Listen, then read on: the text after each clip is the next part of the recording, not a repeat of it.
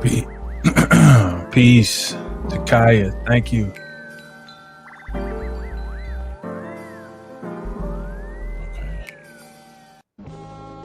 Venezuela is dumping the dollar when it comes to So, official exchange. trying to give us a couple and will more now use the seconds. euro or Let a other couple people get convertible in. currencies But instead. we're gonna get this The thing move rolling is here. retaliation. Tetragrammaton, Yod, Yeah, Hey, second. Vahe. That's Big Ben and Lil Joe hit the hard way. Cross the tree of life, Sephiroth like Hardaway. Then find a lane where a three-way is a foreplay. The world to come is depending on what the words say. Holla Candy Man 5 times spirit Appreciate y'all parlay. tuning in. Interplay, overlay, overstand, underlay. Under may just be the top, that's what thought lay. That's the law of correspondence. Empty house, full mind. My thoughts is abundance and pardon. What's happening, RP? I I don't want to mess your name up. And I'm about to pull libations. It's summer. RPO. Entities that are What's always good? for my enemies. That are harm King Herod. He hardly understand what he's dealing with. I fight oddly. Southpaw catch a right jaw. This global reset. Respect for the downtrodden rejects. We wreck anything that we intersect. Reset Okay. globe trot, then we eject. This is for Paul, Tony Grant, a Peace, former Medusa. slave, captive on his own land, skill hands made. Woodworker, craftsman, his trade. Pave way for new souls, a cascade. I'm a Robinson, Grant, Blakely, and Harrison. Four guardians all around me form a garrison. Spirit burst when I Appreciate converse. y'all I tuning in. thirst to touch the same All right. light that was usurped. The globe is an oil field that so fire feels. Balance on the flat plane All with me right, and Mount all right. Hill. And dark produce Get the this light thing that is going. in We the got- arc seal, like we got the a couple ditty in the people belly in. of the bow steel. I lie, although it seems that I come Peace, fly. I peace to am that I everybody am. Five out cherry there who's ride. tuning in. God guts on the inside. Flail and crook Peace to ring, everybody in the bill chat. fried. So I want to do a global reset. quick Respect for the discussion downtrodden about rejects. retrogrades. We wreck anything that we And, intersect. try Reset to, globe trot, then we eject. delve into just an introduction to the mechanics, what is working with the retrograde, the symbolism, why retrogrades even affect us here on Earth. And so we'll start Venezuela here is dumping the dollar when it comes to official exchange transactions. and with will the now fact use the that euro or other the word convertible currencies retrograde instead. The move is retaliation. has its Tetragrammaton. origin, the etymology, I should say, of the word retrograde traces back to the meaning of peace, Shauna, traces back to the meaning of walk backwards. That's what retrograde means, to walk backwards. So, in sidebar, if you are subscribed to my newsletter, you I just sent out a blog talking about retrogrades. So if you're not on my email list, go to my site and get on the list, and you can download my free guide for the introduction to reading your own chart, like 10 tips for reading your own birth chart. And I will be eventually too this week, if not today, probably tomorrow, I'll be posting that blog on my website. But if you get on my email list, you get these things first. What's up, Smarter Than You? How everything shaking, good brother? I don't see that option on the website. Can you help? I don't have one that's for the classes and readings. That's something I have to look into down the road. But you know, my class members do get discounts on things. So okay, retrograde means to walk backwards. So when we have planets turn retrograde, Takai said I hope you discuss retrogrades in the natal chart. Okay, I'm gonna try to touch on that. So the word means walk backwards. So when planets turn retrograde, are they actually moving backwards in the sky? No, they're not. And so what we're looking at with a retrograde, it is that option how to become a member. Yeah, look at this. Go to look at the ticker at the bottom. That's where if you just go to the site and click on sacred teachings, and it'll show up the bundle and the class option. So here on Earth, when we are talking about retrogrades and the whole science of astrology is based on symbolism, apparent motion. And that means how things are appearing. You're welcome, good brother. How things are appearing to us here on Earth. Apparent, appearance. Excuse me. So it's talking about perspective, and the word perspective means sight. Okay. And when we read mythology, one of the things mythology does is mythology works hand in hand with astrology, because mythology is going to give you the background text about the energies that we are experiencing through the lens of apparent motion here on the earth. So that means that each planet in our solar system is expressing archetypal energy. And I got to give a shout out to my class, because I'm surrounded by some geniuses, and one of the members said, I think it was Julie that said, it's not just us being affected by the planets, it's them being affected by us as well. And I went on and expounded and piggybacked on what she said by saying that this realm Earth is where energy, this is like the Super Bowl. I feel like, I know we've been taught and by a lot of teachers and things that the earth is the lowest form, and this is, but and on the flip side, I think the earth is the Super Bowl of the cosmos, because this is where all of the energies get to come and commingle and to see who's gonna come out on top, or how is the evolutionary process gonna unfold. Because you have an archetype for war, you have an archetype for rebellion, you have an archetype for expansion, you have an archetype for limitation, you have an archetype for things hidden, an archetype for communication, an archetype for love. All these things come to the Super Bowl called Earth, and they all converge. And then it's like, oh, let's see how is this thing going to work out? You know? So, so here on this plane, we are viewing the cosmos through the lens of symbolism. And retrogrades remind us that this realm is governed by the language of symbolism. Okay?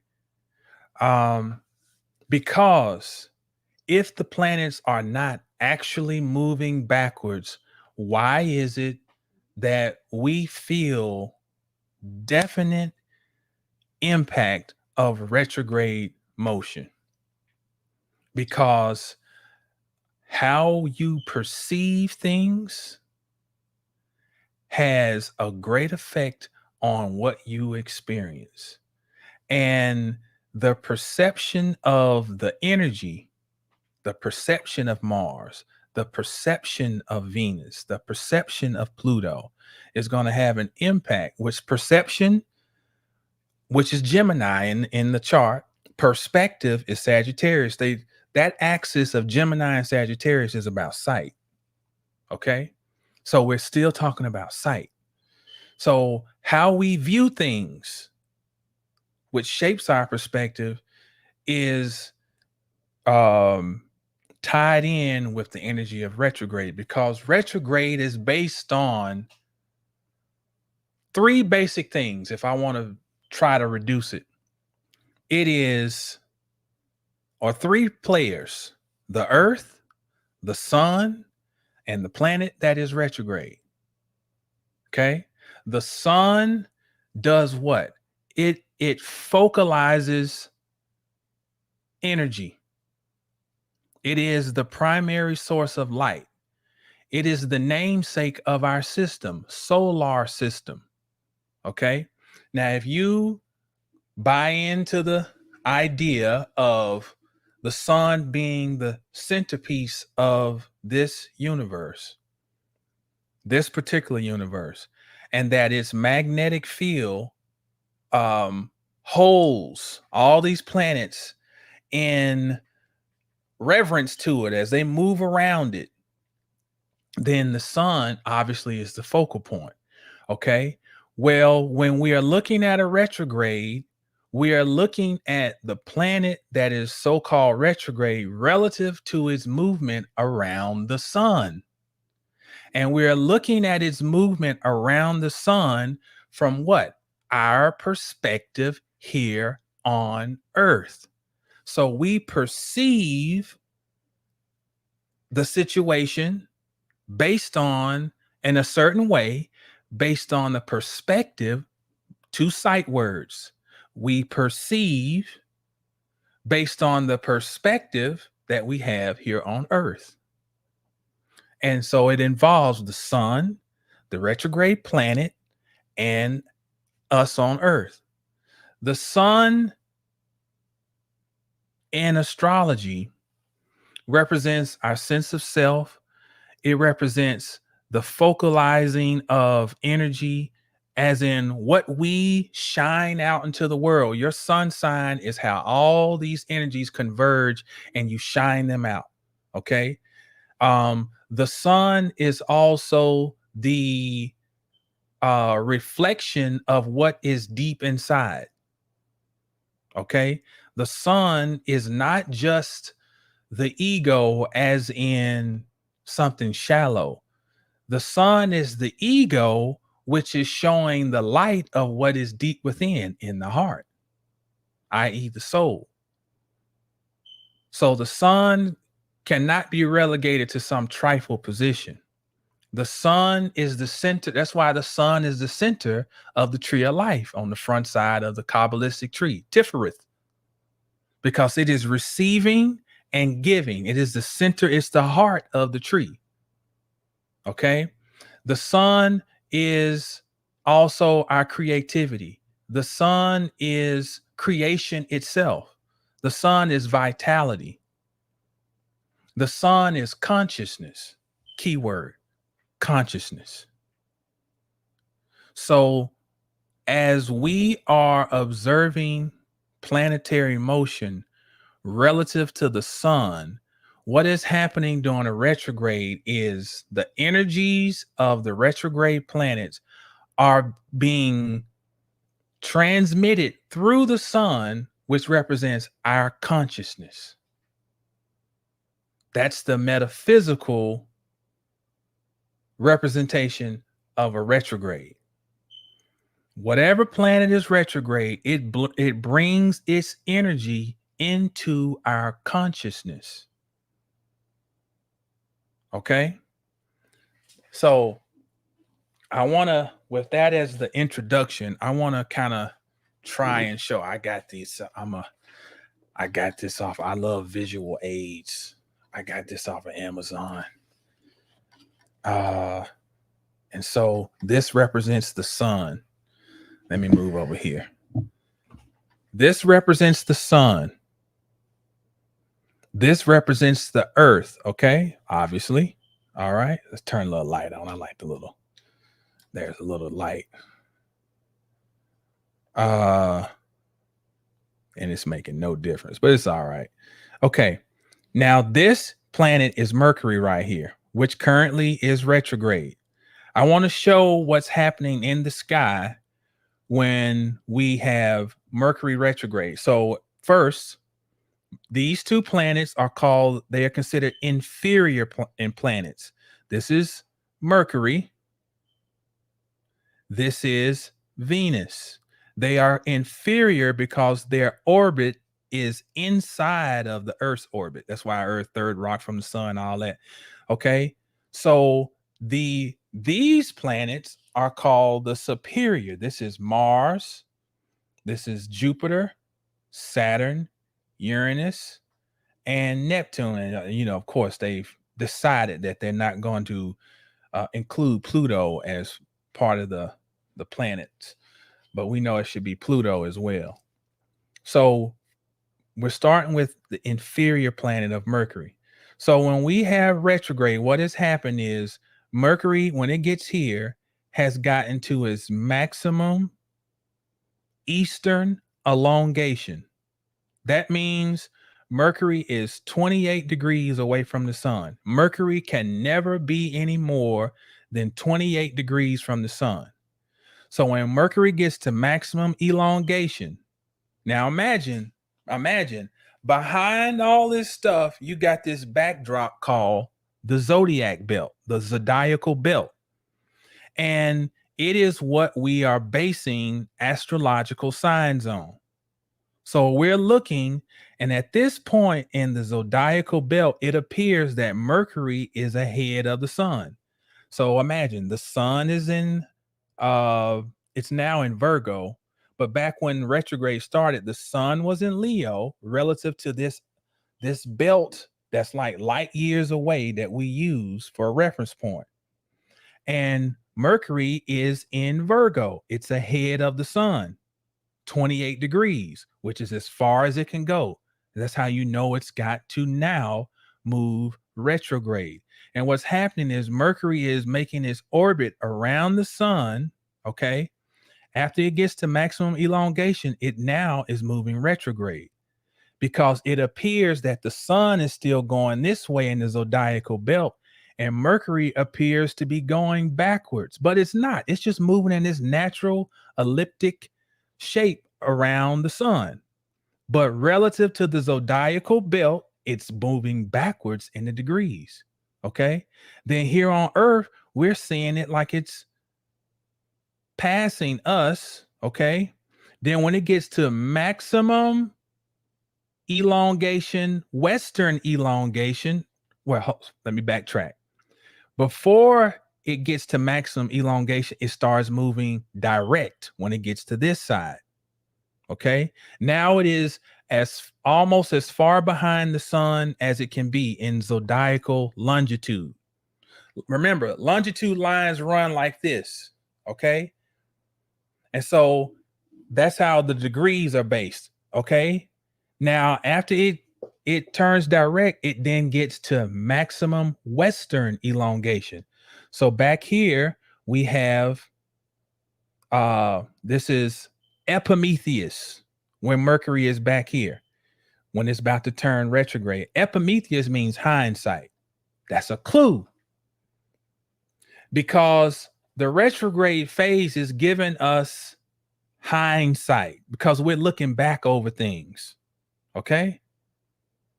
When it gets back over here and it turns direct, this is Prometheus. Now we have foresight because we're looking ahead now. And then Mercury will get to maximum western elongation. All right. It's as far behind the sun as it's going to be. But guess what? The belt is still sign-wise. The signs are going this way. So guess what? Now Mercury is starting to gain ground on the sun. And eventually when it gets to oppose the Earth, so to speak, the Mercury is going to make another conjunction with the sun on the far side of the sun. And then this is going to be its longest phase of direct motion. And this is when Mercury starts to past the sun again. Now this is when Mercury overtakes the sun and it goes up to passes it again until it gets again to 28 degrees ahead of it. Then we'll have another retrograde. All right. Now that's how the inferior planets work. For a superior planet, which is one of these is beyond the Earth's orbit, let's take Saturn, which is now retrograde. What Saturn does, or any other superior planet other than Mars is the wild card. But what will happen is these planets will square the sun. That's the clue that a retrograde is around the corner when we have one of these outer planets. They will square the sun. So when they square the sun, it's a clue that retrograde is coming. And so they'll move outside of the Earth's orbit. And what happens is, as it passes the Earth, sorry, I'm not even on screen. As Saturn passes the Earth, here's the, like it's going backwards from our vantage point, but it's not. The other key thing about a retrograde is that you notice when this outer planet is over here, it's as far away from the sun as it can be. When it gets over here during this retrograde phase, this is as close as it will be to the Earth. Same goes for inferior planets.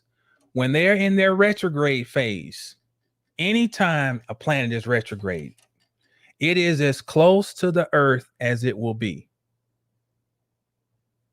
That's a key thing to keep in mind. Now, I hope that made sense. Because I want to go back into to explain this. Astrology, let my coffee get cold. Astrology has always given us evidence of quantum mechanics, if you will. Hey, Juanita, how you doing? Because what quantum science or physics or whatever has come to call non-locality.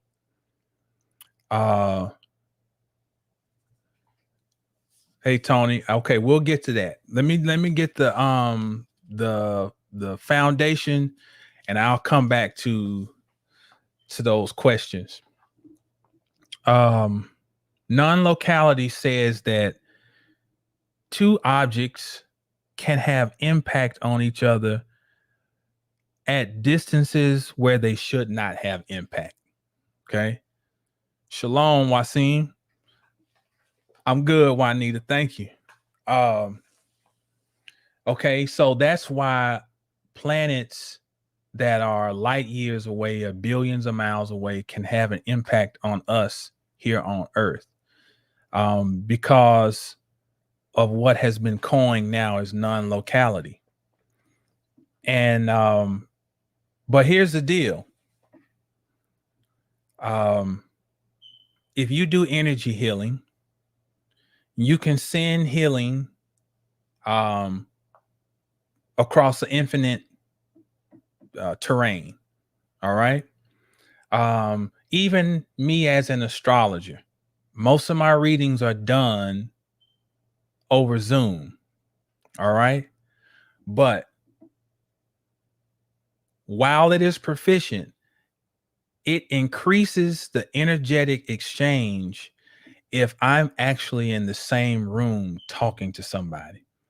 So although non-locality is a real thing, proximity is a real thing too, because the closer we are to each other, then the closer our auric fields are. So when planets are retrograde, that means they're closer to us here on the Earth. So the energy they resonate is going to be stronger. Okay. It's like when you get closer to a fire, you know it, because it's like, oh man, it's getting warmer. Although that fire was keeping everybody warm 10 yards away, but as you move closer to it, you feel the intensity increase of the fire.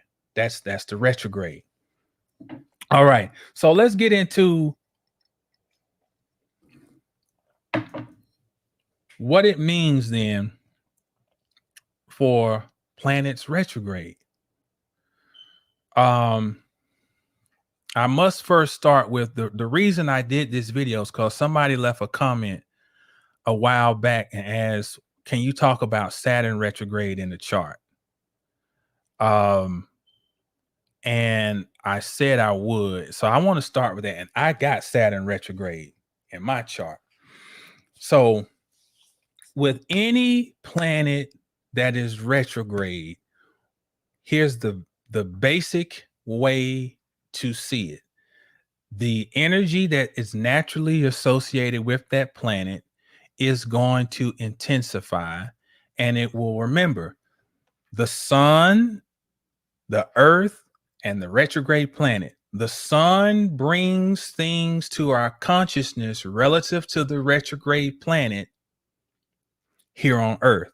So if you are born with a planet retrograde, then the energy of that planet will be in your consciousness always throughout your life. All right. So let's just walk down through the list. And we're going to be very simple, starting with Mercury. Communication and thinking will always be ever present, and they will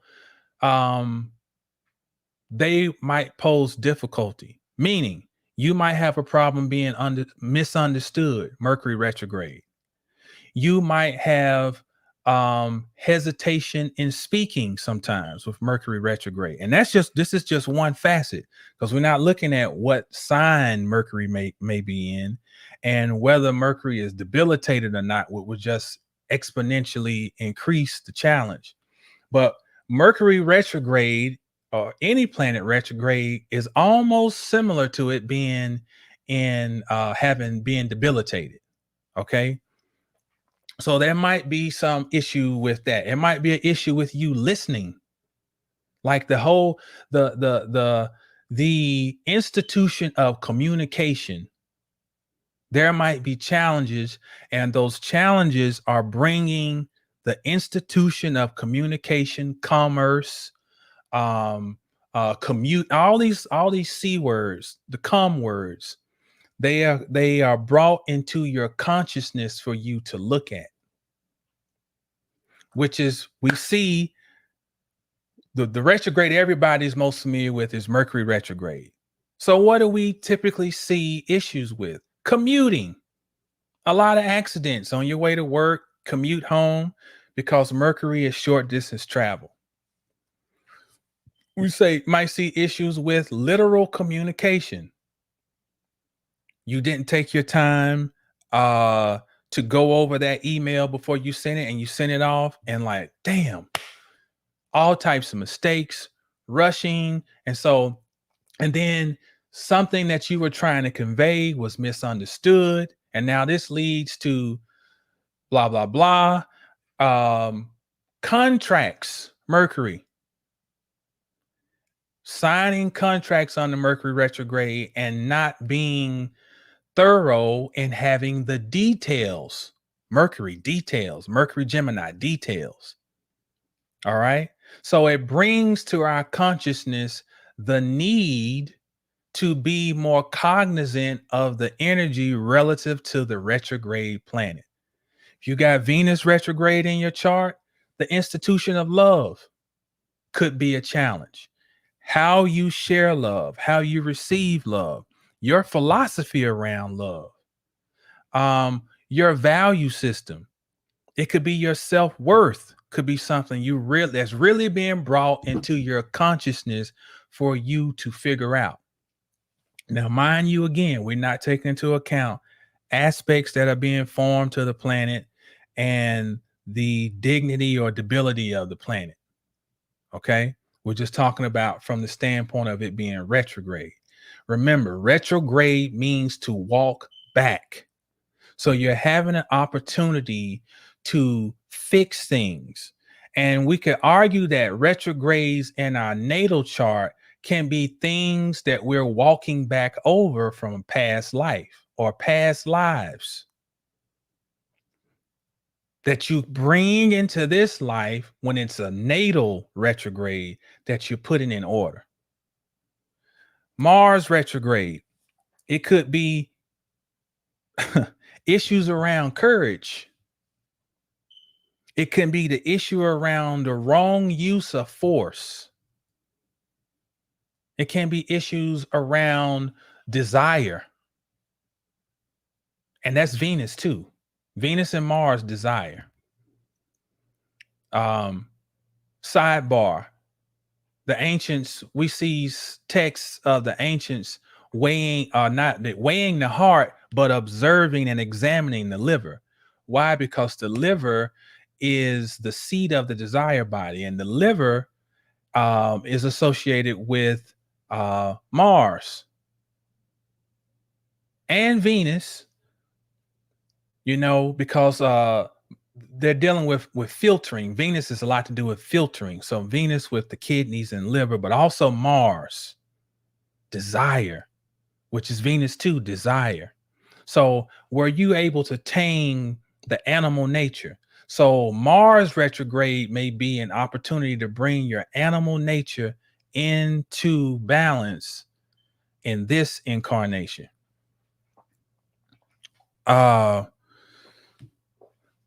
Peace, Shauna. Peace. Thank you for tuning in. Hope you have a good visit, you know, a positive visit. What's next? Jupiter. Somebody said that. I have Jupiter retrograde in Cancer in the 8th, and it's my chart ruler. What significance does a retrograde planet have when it's the chart ruler? Well, the chart ruler is you, because the chart ruler is you interacting through its lens with the world. And wherever the chart ruler is going to have a lot to do with your development in this lifetime. So if you got Jupiter retrograde in Cancer in the 8th house, that just bling, bling, bling, bling, just jumps off the page about emotional maturity, emotional growth, and bringing any spirit of excessiveness under control, and especially when it deals with water. There is an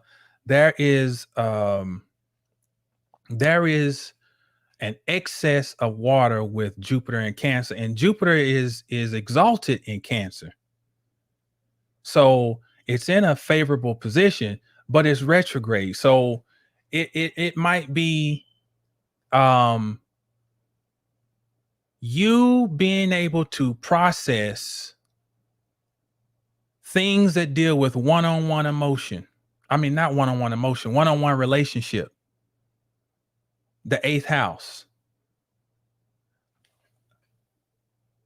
Things around victimization. Themes around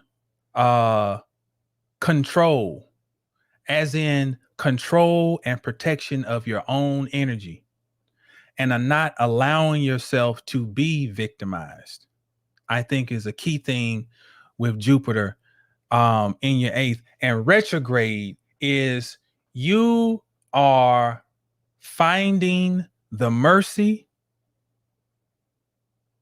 that is already there for you.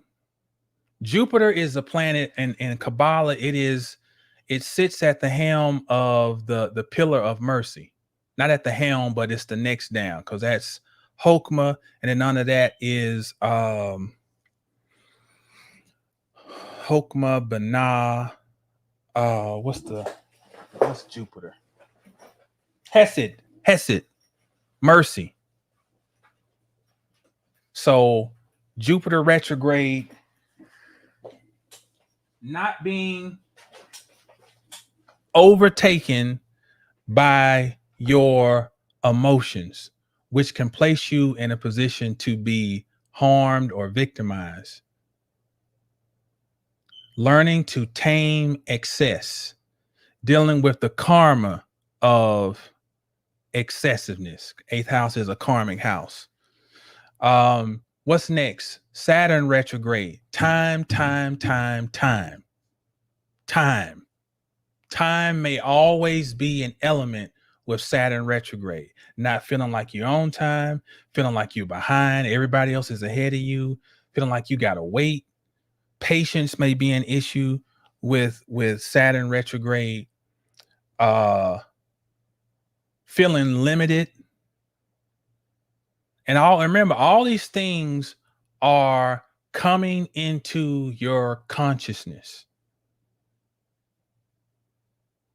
And so this one is one that's near and dear to me because that's my, that's my dilemma with that Saturn retrograde. Feeling like you come late to things like, man, everybody already got a CD player. I'm still riding with a tape deck, and it can be something that simple, or it can come down to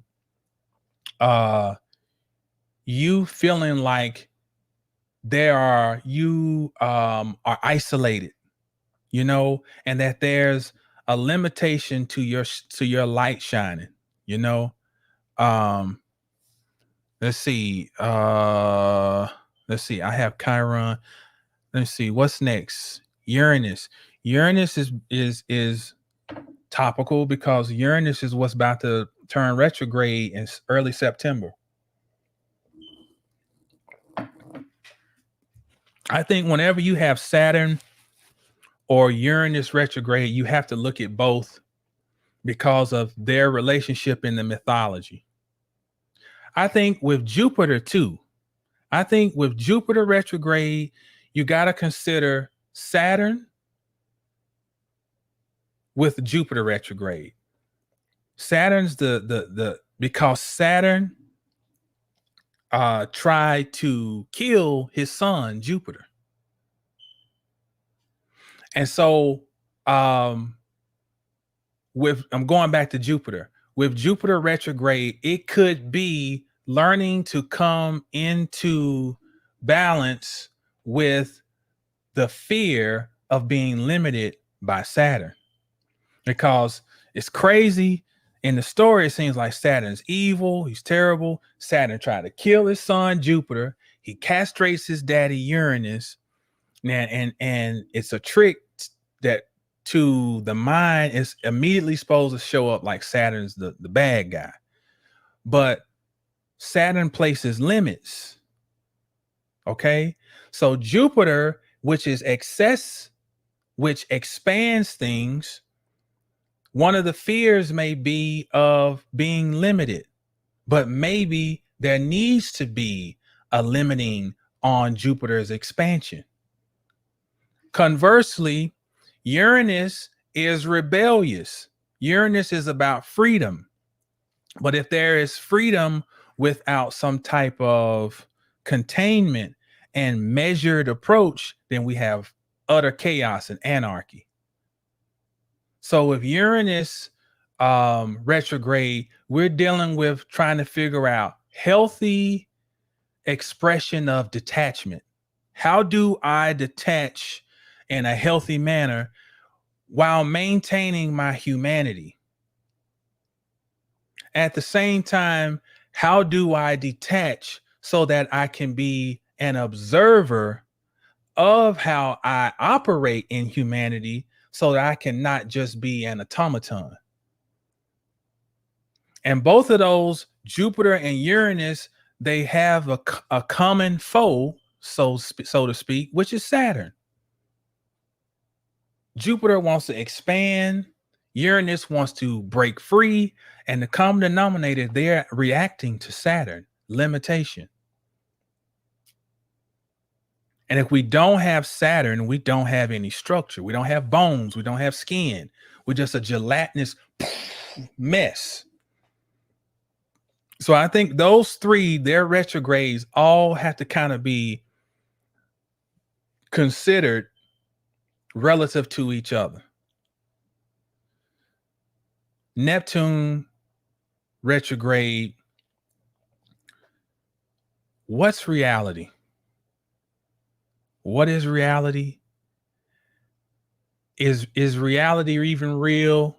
What's real? What is an apparition? What is a figment of my imagination? How do I tap into my imagination? Neptune and Pluto. It is. They are difficult energies. You know, how do I allow myself to merge with energies that I know they are there? I know there is more than this right here. But how do I merge with them and not become lost over there and completely disconnected over here? So Neptune retrograde, we can get lost in daydreaming. And but the imagination can just be amazing. But then figuring out how to ground that energy back here on Earth. So maybe in past lives, maybe I lost touch. And so maybe in this incarnation, I need to figure out how to take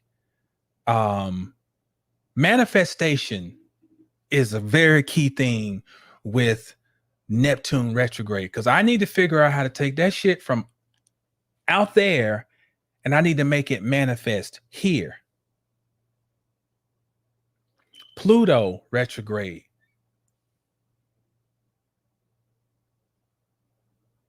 I think Pluto, there's some kinship between Pluto and Saturn retrograde. And it's loneliness. I think it's loneliness. Saturn can be the hermit, and Pluto is Lord of the underworld. And if you to fortify your studies of astrology, get mythology books. Get, if nothing else, get Robert Graves' Greek Myths, the full book, because he's got a little what do they call that? Abridged. Don't get the abridged, get the full Robert Graves' Greek myths. And it gives you backdrop on these different characters. Hades wears a helmet that covers his eyes. Okay. So right now your metaphysical mind should be turning on like, oh, okay. If my eyesight is covered, then Pluto is supposed to be helping me with my insight. But because he lives in this realm of darkness, what he and Saturn can share is this loneliness. So if Saturn retrograde and Pluto, those two, in different manners, you may feel lonely at times because you're trying to integrate in energies, first of all, that are way out.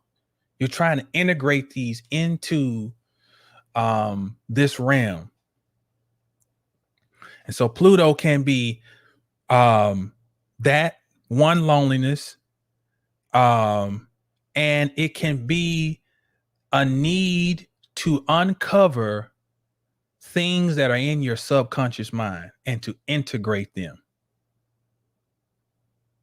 and to trust your own internal GPS. Pluto and the sun have a sacred connection, and it is represented in the glyph of the sun. The sun, yeah, so when we say ego with the sun, we're talking about that outer ring, but there's a dot in the middle of that glyph of the sun, which represents the soul. Pluto has an arc and a circle coming out the arc above the cross. The cross, when we see a cross, it represents matter. When we see the arc, it represents the womb.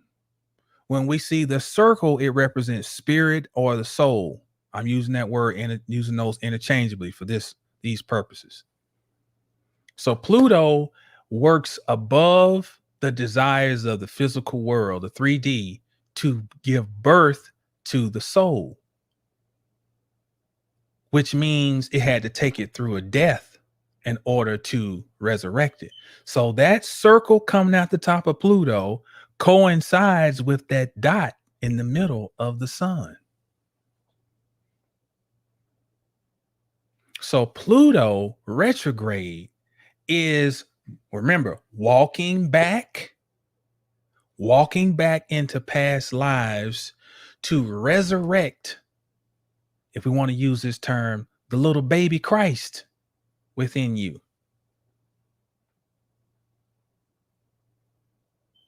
So Pluto retrograde, you're going to have to learn how to allow things to be destroyed in life. And if you learn that, you will learn the secrets of regeneration. Hilton Hotima. If you die before you die, then when you die, you will not die. That's some Sufi wisdom. If you die before you die, then when you die, you will not die. Pluto wants us to learn how to die over and over and over, because if you die, yet you may live.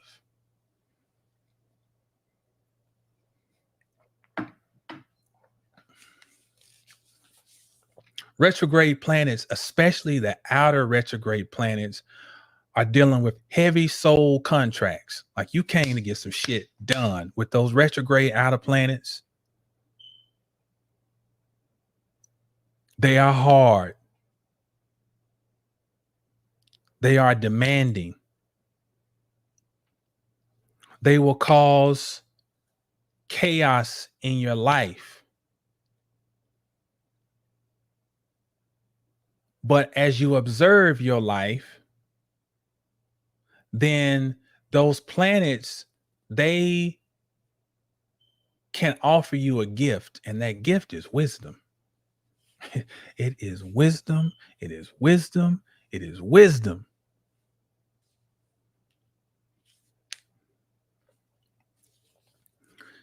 Tony said, Neptune in my 12th house, Pisces moon, Mars, Mercury. Yeah. So Neptune in my 12th house. See, you are experiencing what I tell my clients often is the gift and the curse.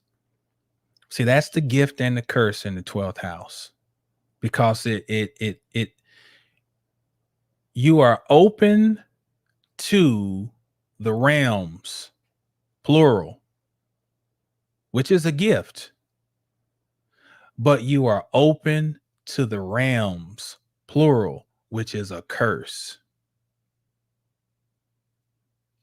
Because, you know, when you first get into delving into what we call spirituality, and that word is just thrown all around, like, you know, first of all, you assume that everybody's definition of that is the same. It ain't. And you assume that everybody who says they're on their spiritual path is on some integral, righteous endeavor. They ain't. It's a lot of fucked up spirit energy on the planes, and you see it operating through the people down here on Earth. So with Neptune in your 12th house, which one of the traditional monikers of the 12th house is hidden enemies. And so by you having such immediate interaction with the realms. Oh, okay. I'm sorry. Okay, my bad. You say your sun is. Okay, I'm going on. Either way, it needed to be said. Okay. 12th house Neptune represents 12th house energy. Okay. So that's for somebody who got Neptune in your 12th. If you somebody out there gonna have it. But my bad. You said Neptune. I done went on to a whole Phi Beta Baptist sermon on that. Neptune is not in my 12th. Your sun is. Okay. Okay. Sun in the 12th house can be challenging sometimes. It is fire expressing through a house that dissolves. Sometimes people with their sun in the 12th get overlooked, you know. And my daughter has a son in the 12th. I watch her go to Taekwondo. She's engaged in class. She gives her all every time, and they give out these little, they call them tiger tickets at the end of class. I'd be sitting watching like, damn, I feel like she gets looked over, you know? And sometimes they'll give my son one, and I'm just going to be honest, sometimes my daughter her kicks are a little better than his, but her son is in the 12th house. You know, sometimes we feel like we're not seen. But I tell you, I found people with the sun in the 12th house tend to have an abundance of creativity. Okay, Mr. Wiley, Pisces rising. Okay, sun in the 12th. Yeah, people with sun in the 12th house tend to have an abundance of creativity because they are shining the light. Although that light is fighting to shine, it is shining from somewhere other than here. And, you know, the sun also is, you know, as the ruler of Leo and the natural despot of the 5th house is our creativity, you know? So, but yeah,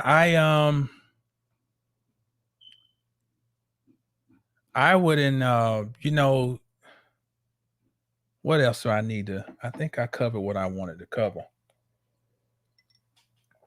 And I know when I get off, I'm like, damn, I didn't talk about this. Let's see. I covered. I talked about Uranus. I went through all the planets. I talked about what's happening when we. Here it go. For the young lady who asked about Saturn retrograde, let me say this, and this is kind of off the wall about Saturn retrograde. Aspects, the major aspects are associated with certain planets. So let's say in traditional astrology, the square is of the nature of Mars because the square requires action, Mars. The trine is of the nature of Jupiter because Jupiter, did I say Jupiter? Judah. Interesting. Jupiter is the greater benefic. And when you have a trine, it is considered to be the most benefic aspect. The sextile, 60 degrees, is of the nature of Venus, which is the lesser benefic. The opposition is of the nature of Saturn. Now, tell you something about Saturn.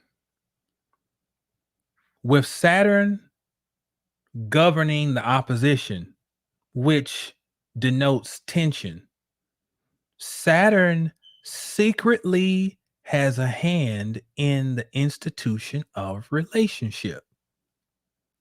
The first relationship that is established in the zodiac is between houses 1 and 7, Aries and Libra, Mars and Venus. And so another word for relationship is opposition. So if you got Saturn retrograde in your chart, it indirectly and almost in an occult manner puts emphasis on relationship in your life.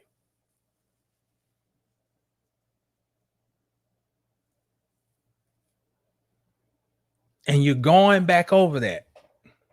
And I know just in my chart, I know it holds true for me because I have my North Node in Libra with Saturn retrograde opposing my Sun. So, and that's, it's like, dang, what is relationship?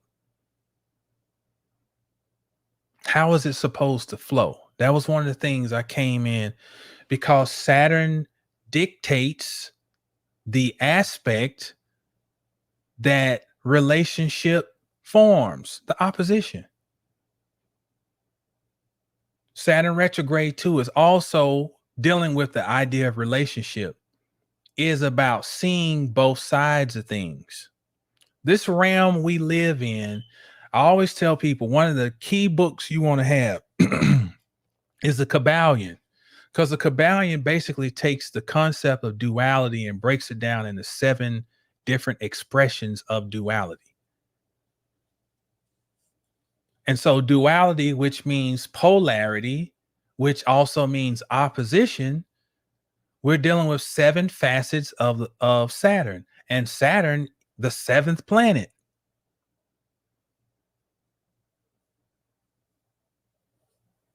I think it's very important right now that especially timing wise, North Node is in Aries, which is what? In union or in communion or communication with its opposite South Node in Libra.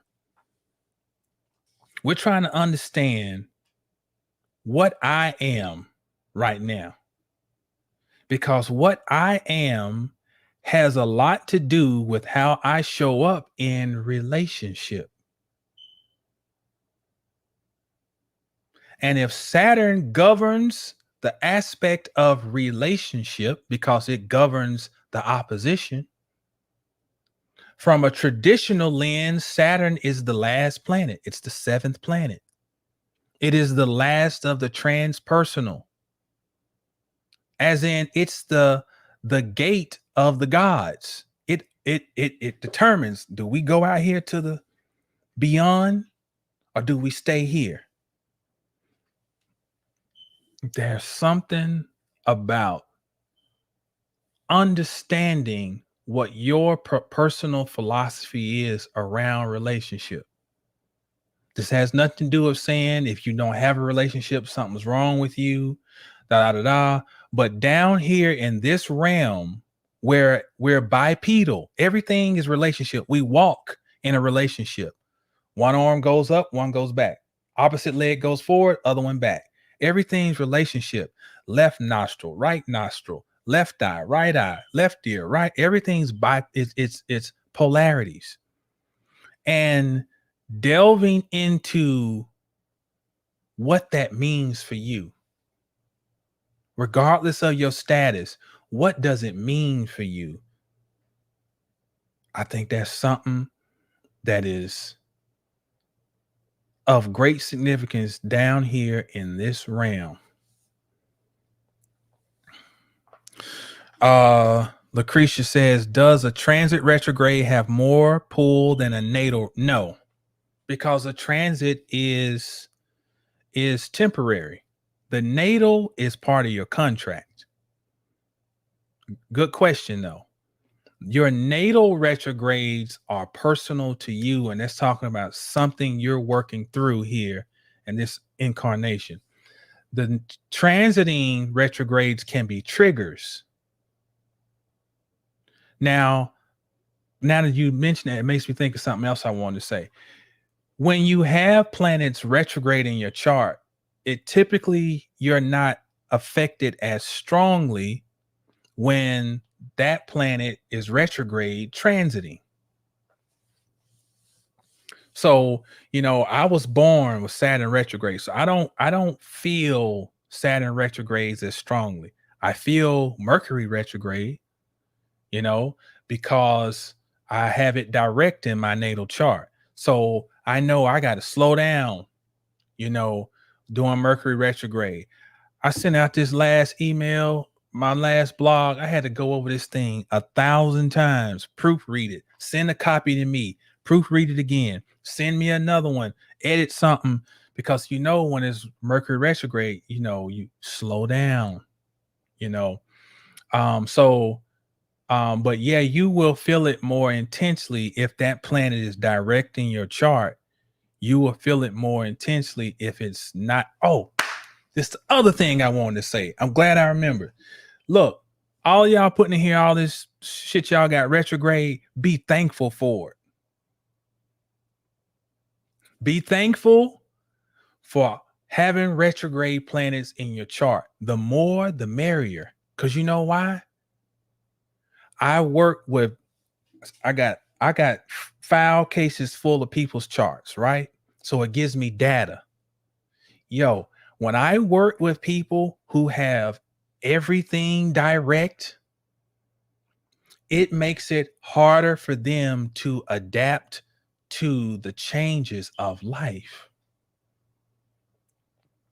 So that means when we have retrograde motion, transiting retrogrades, it's harder on them because they were born with everything going direct.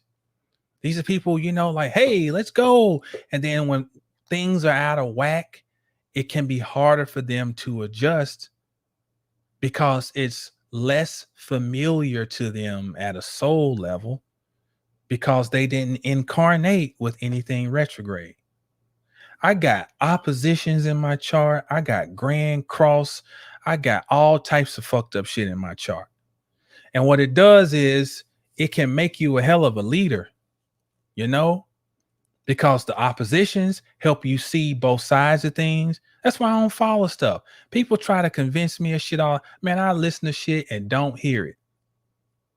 Because a lot of people follow what's presented to them. Having oppositions gives you great ability to research. Squares give you a great ability to take fucking action.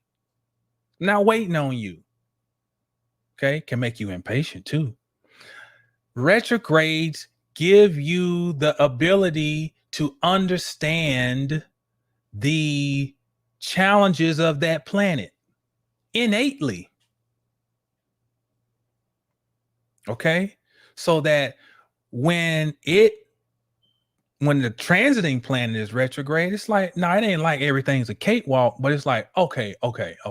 I know I have some familiarity with this energy. It might be in another sign, but I have familiarity with this energetic expression from this planet walking backwards.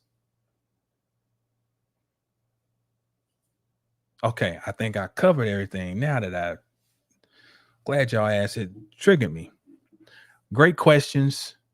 I hope this little brief presentation has made sense. It helps the channel. I'm not looking to be a huge platform, but I would like to, grow at a reasonable pace. So if you do your liking and your subscribing and your sharing, it's appreciated. And if you want to have deeper conversations, you can always come over and join us at 720 Sacred Teachings and be surrounded by people who are not followers. They are scientists. They're scientists. I think, I attract intelligent people. If you want to be in a network like that, come holler at us. 720 Sacred Teachings. If you need to have a conversation about your chart, i.e. your life, i.e. your journey, i.e. your healing, come holler at me. We'll take a deep dive into your chart and help you get some clarity and some direction. The website is 720astrology.com. As always, know the stars to know yourself. And I appreciate you all tuning in. And y'all enjoy the rest of your day. Peace.